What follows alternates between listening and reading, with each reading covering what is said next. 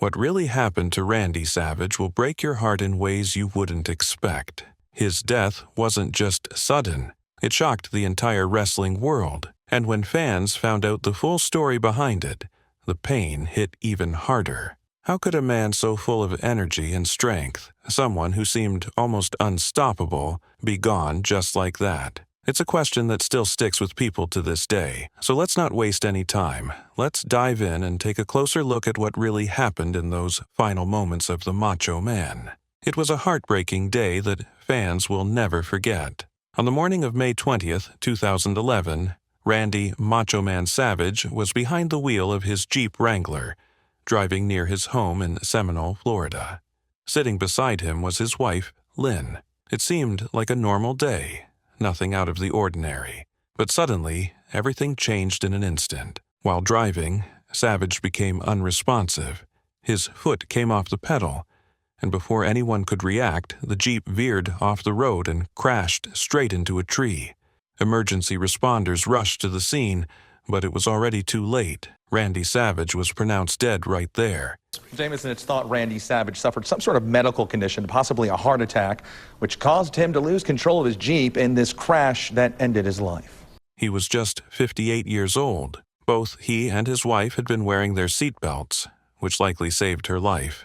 She only suffered minor injuries from the crash, but the emotional impact was massive. The news spread quickly, and fans around the world were stunned. How could a man known for his strength, intensity, and larger-than-life presence suddenly be gone like that? Soon after, an autopsy was performed to understand what had really happened. The results were shocking. The medical examiner discovered that Savage had an enlarged heart and severe coronary artery disease. In fact, more than 90% of his arteries were blocked. He had suffered a massive heart attack while driving, which is what caused him to lose control of the vehicle. Even more heartbreaking was the fact that Savage had never been diagnosed with any heart problems. He didn't know his condition was that serious. He likely had no idea he was even sick.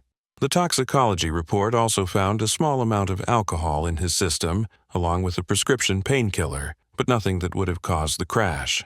The official cause of death was ruled as atherosclerotic heart disease. For someone as powerful and tough as Randysavage, it didn't seem real. He had built a career on being fearless and larger than life, but in the end, it wasn't a wrestling injury or wild stunt that took him. It was something silent and hidden, quietly building inside his body for years. To truly understand why fans had such a hard time accepting his death, you have to look back at his incredible career, a career packed with wild, unforgettable moments.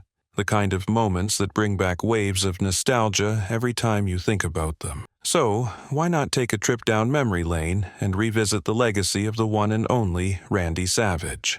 Randysavage's journey into wrestling started back in 1973 during the baseball off-season. Before he became Macho Man, he wrestled under the name The Spider, a character inspired by Spider-Man, but that wasn't quite the right fit.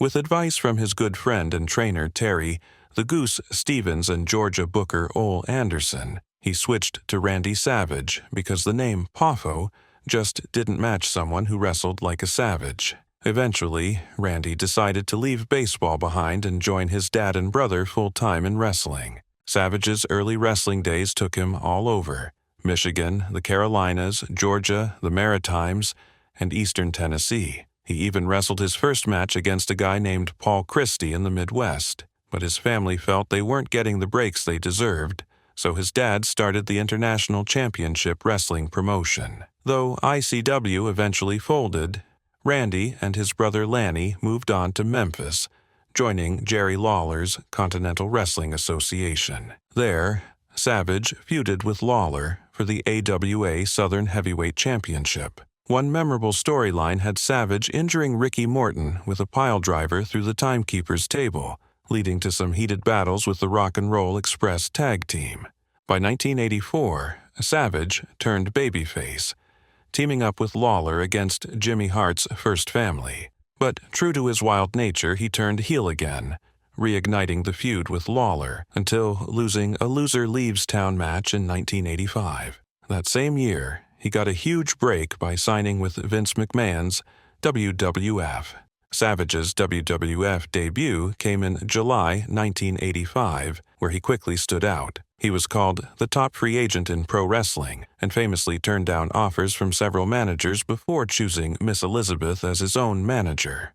This partnership became legendary. Savage's character was intense, jealous, ego-driven, and fiercely protective of Elizabeth, threatening anyone who looked at her the wrong way. He made his PPV debut later that year in a big tournament called the Wrestling Classic. He made it to the finals but lost in a countout to Junkyard Dog.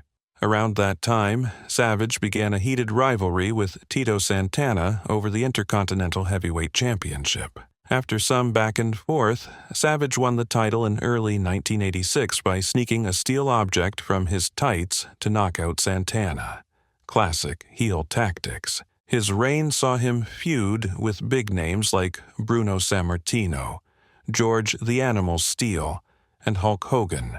One famous feud with Steele started when Steele developed a crush on Miss Elizabeth, leading to some dramatic matches. Then came one of the most celebrated rivalries in wrestling history, Savage versus Ricky Steamboat. Their match at WrestleMania 3 in 1987 was a masterpiece, carefully choreographed with near falls and high drama. Though Savage lost his Intercontinental title to Steamboat, the match earned Match of the Year honors and is still talked about today. His style and flair also stood out. His colorful costumes designed by Michael Braun made him unforgettable.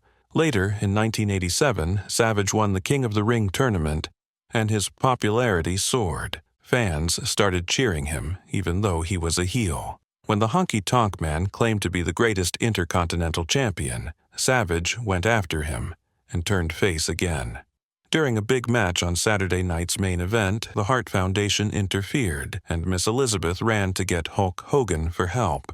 This moment created the famous tag team called the Mega Powers, Savage and Hogan. Together, the Mega Powers battled the Mega Bucks, winning the first SummerSlam in 1988 in a match remembered for Elizabeth's dramatic skirt reveal on the apron.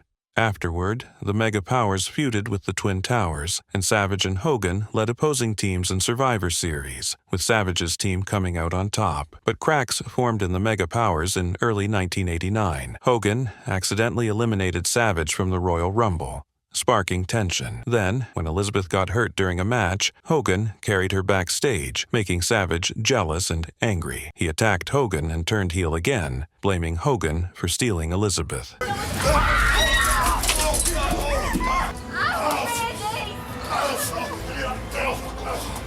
At WrestleMania 5, Savage lost the WWF World Heavyweight Championship to Hogan after holding it for over a year, an impressive 371-day reign, especially since Savage had to wrestle despite a painful, infected elbow. Afterward, Elizabeth stayed with Hogan, and Savage picked a new manager, Sensational Sherry. He continued feuding with Hogan in matches including one with actor Tiny Lister as Zeus. Though Savage and Zeus fought hard, Hogan and his team kept coming out on top. In September 1989, Randysavage defeated Jim Duggan to win the King of the Ring, dubbing himself the Macho King, with Sherry as Sensational Queen Sherry. Savage and Hulk Hogan had one last WWF Championship clash in February 1990 at the Main Event 3, ending controversially when new boxing champ Buster Douglas counted a pinfall despite Savage kicking out. Savage then feuded with Dusty Rhodes, losing a mixed tag match at WrestleMania 6 but defeating Rhodes at SummerSlam. Following this, Savage targeted Ultimate Warrior, who had won the WWF title from Hogan. Warrior refused Savage a title shot, leading Savage to attack him and cost him the championship at the Royal Rumble in January 1991. Warrior challenged Savage to a career-ending match at WrestleMania 7, which Savage lost. After the match, Sherry attacked Savage, but Miss Elizabeth came to his rescue, rekindling their alliance and turning Savage back into a fan favorite. Though officially retired, Savage wrestled sporadically, including matches in Japan and house shows. He and Elizabeth held an on-air wedding at SummerSlam 1991. Savage then feuded with Jake the Snake Roberts, famously enduring a King Cobra bite before eventually defeating Roberts in late 1991 and early 1992. Savage began a heated rivalry with Ric Flair, culminating in winning his second WWF Championship at WrestleMania 8 in 1992. Despite their on-screen feud, Savage and Elizabeth separated and divorced in real life. After losing the title to Flair in September 1992, Savage teamed with Ultimate Warrior as the Ultimate Maniacs. Savage transitioned to commentary in 1993, but continued wrestling occasionally, with his last WWF match in 1994 before joining WCW. In WCW, Savage won the World Heavyweight Championship twice, but lost it due to Elizabeth's betrayal. He feuded with Flair and was a key opponent of the NWO faction. In 1997, Savage joined the NWO himself, reuniting with Elizabeth and continuing his storied career in WCW. That wraps up today's video. Don't forget to like and subscribe so you never miss an update. Catch you next time. Bye.